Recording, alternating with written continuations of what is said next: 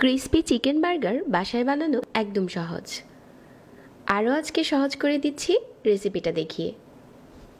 একটা বাটিতে নিয়ে নিচ্ছি হাফ চা চামচ লাল মরিচের গুঁড়া, 1 চা চামচ দিয়ে দিলাম আদা বাটা, আর 1 চা চামচ গুঁড়া দুধ, 1 টেবিল চামচ টমেটো সস, আর হাফ চা চামচ লবণ, 1/4 চা চামচ দিয়ে দিলাম গোলমরিচের গুঁড়া, 2 চা চামচ নিয়ে নিচ্ছি সয়া সস, 1 চা চামচ দিয়ে দিচ্ছি সিরকা। এই সব কিছু একসাথে করে মিশিয়ে নিচ্ছি। তারপরে এখানে দিয়ে দিচ্ছি হাড় ছাড়া পাতলা করে কেটে নেওয়া এরকম একটু বড় সাইজের 2 টুকরো মুরগির মাংস। অবশ্যই মাংসের স্লাইসটা পাতলা করে করতে হবে। ম্যারিনেট করে রেখে দিচ্ছি 10 মিনিটের জন্য। আরও একটি বাটিতে নিয়ে নিচ্ছি হাফ কাপ ময়দা, আর 1/4 চা চামচ কালো গোলমরিচের গুঁড়া, স্বাদ মতো লবণ, আর 1/4 চা চামচ লাল মরিচের গুঁড়া।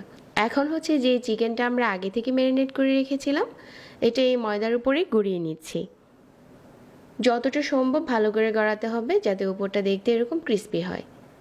এখন গরম তেলের উপরে ছেড়ে দিচ্ছি। তো এভাবে করে হচ্ছে চুলার আঁচ মাঝারি রেখে ভাজতে হবে। এটা ভাজার সময় যদি চুলার আঁচ বাড়িয়ে দেন তাহলে উপরটাতে খুব তাড়াতাড়ি কালার চলে আসবে আর ভিতর থেকে কুক হবে না। এপাশ ওপাশ করে উল্টে দিচ্ছি।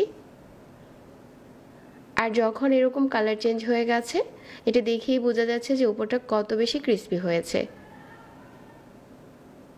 তেল থেকে উঠিয়ে নিচ্ছি। যে কয়টা বার্গার বানাবো ওরকম করে বন কেটে নিচ্ছি। বনটা আপনি বেকারি নাইফ দিয়ে কাটলেই বেশি ভালো হয়। বনগুলো কেটে নেওয়ার পর তারপর হচ্ছে মিডিয়াম আঁচে হালকা একটু সেঁকে নিচ্ছি। তারপর নিয়ে নিচ্ছি হাফ কাপ টমেটো সস, আর এখানে দিয়ে দিচ্ছি প্রায় 3 টেবিল চামচের মতো মেয়োনিজ। সসের সাথে মেয়োনিজটা খুব ভালো করে মিশিয়ে নিচ্ছি। আপনি যদি চান তাহলে বার্গারের সসটা বাসায় রেডি করতে পারেন, আমার আরও একটা রেসিপিতে দেওয়া আছে। তবে যদি ইনস্ট্যান্ট বানাতে চান এভাবেই বানিয়ে নিতে পারেন। তো প্রথমে বনের উপর লাগিয়ে তারপর ক্রিসপি চিকেন ফ্রাই দিয়ে আপনার পছন্দ মতো শসা স্লাইস আর হচ্ছে টমেটো স্লাইস দিয়ে বার্গারটা বানিয়ে নিতে পারেন। খুবই সিম্পল। আপনি যদি বাসায় বানান খরচ অনেক বেশি কম পড়বে। তো একদম সিম্পলভাবেই কিন্তু এই বার্গারটা বানানো যায়, আর খেতে স্বাদ কম না। মাঝে মাঝে এভাবে করে বাসায় বানিয়ে দেখতে পারেন। যারা আজকের রেসিপি দেখেছেন সবাইকে ধন্যবাদ জানিয়ে আজকে এখানেই বিদায় নিচ্ছি। আল্লাহ হাফেজ।